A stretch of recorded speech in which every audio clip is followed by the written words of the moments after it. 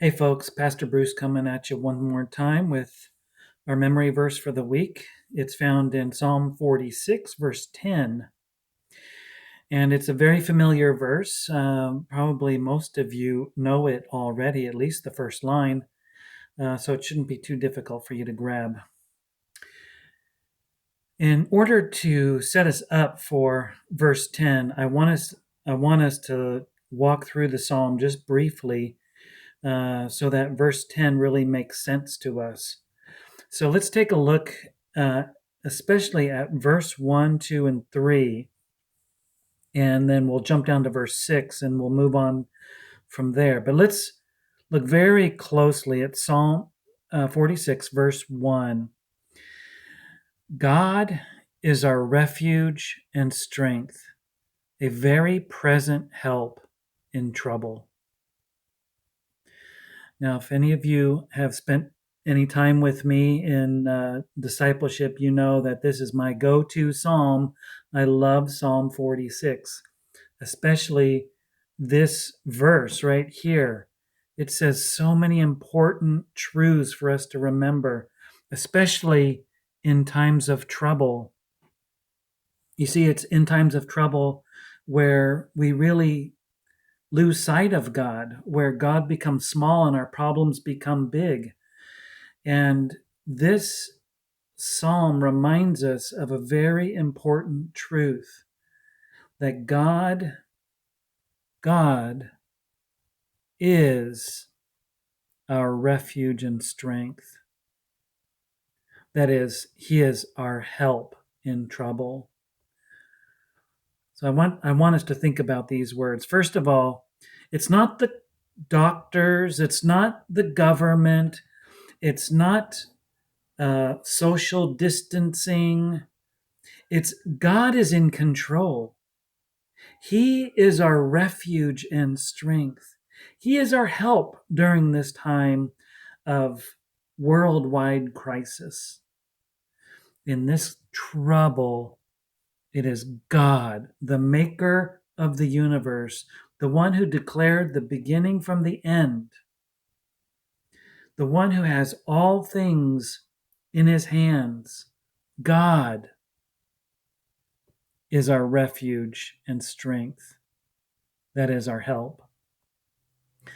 And God is our refuge and strength. It's not that God will be sometime in the future and we just don't know when, or that he was sometime in the past and it was good then, but what about now? No, God is our refuge and strength. That is our very present help. This word, this present tense word is saying that it doesn't matter what you think, it doesn't matter what you feel, God is our refuge and strength.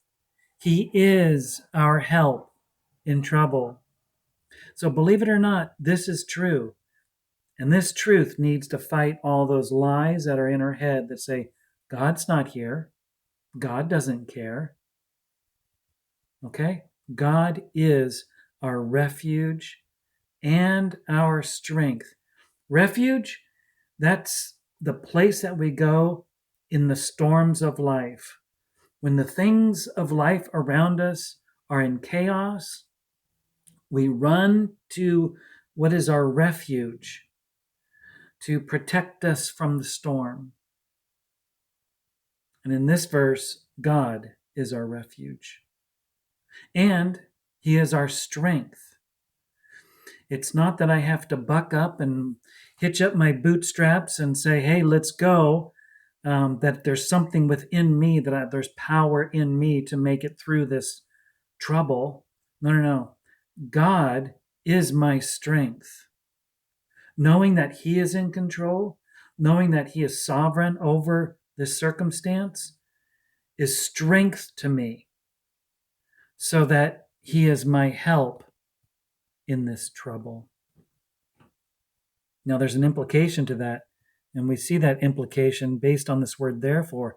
Therefore, because this is true, we will not fear. We will not fear. Don't fear in your trouble. Why? Because God is our refuge and strength. That is our present help in trouble. So don't fear. And we don't have to fear whatever the trouble is, no matter how grand and great and horrible it is, even a worldwide pandemic. We don't need to fear. Look at this. We don't need to fear though the earth gives way. Think of that. Though the earth gives way, we don't need to fear. Though the mountains be moved into the heart of the sea, you don't need to fear. Though its waters roar and foam, though the mountains tremble at its swelling, you do not need to fear. Why? God is our refuge and strength.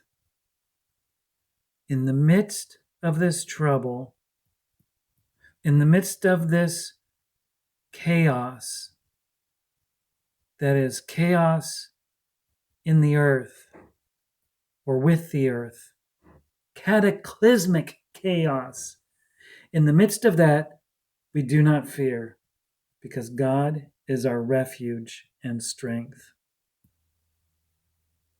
Okay, let's scroll down a little bit, and I want you to take a look at verse 6.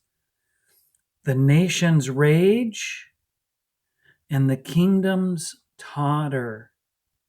This sounds like chaos within the kingdoms of the earth. The nations are in an uproar. And this is chaos within the peoples of the earth.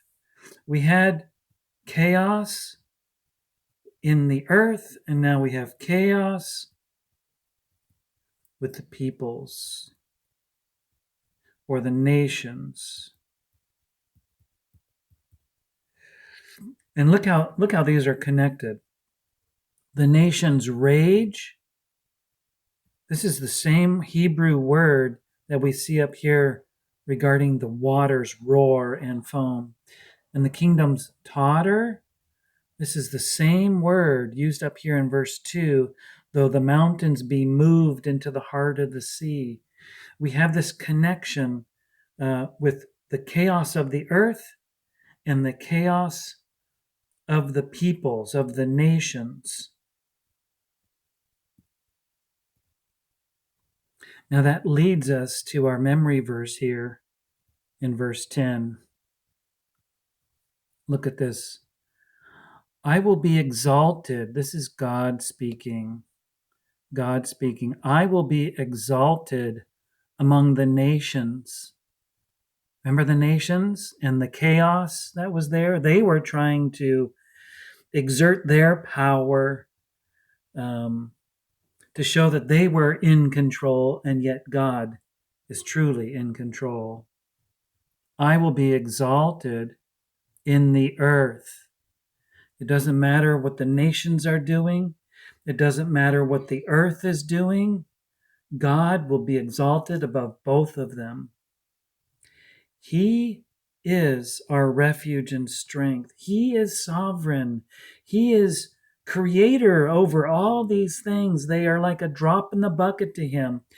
So we do not need to be afraid of a virus. We may get sick. We may die, but we haven't lost our life. We will forever be with God. He is our refuge and strength. So be still. Slow down. Calm down. Fix your mind on him. Stop striving. Be still. And know that I am God.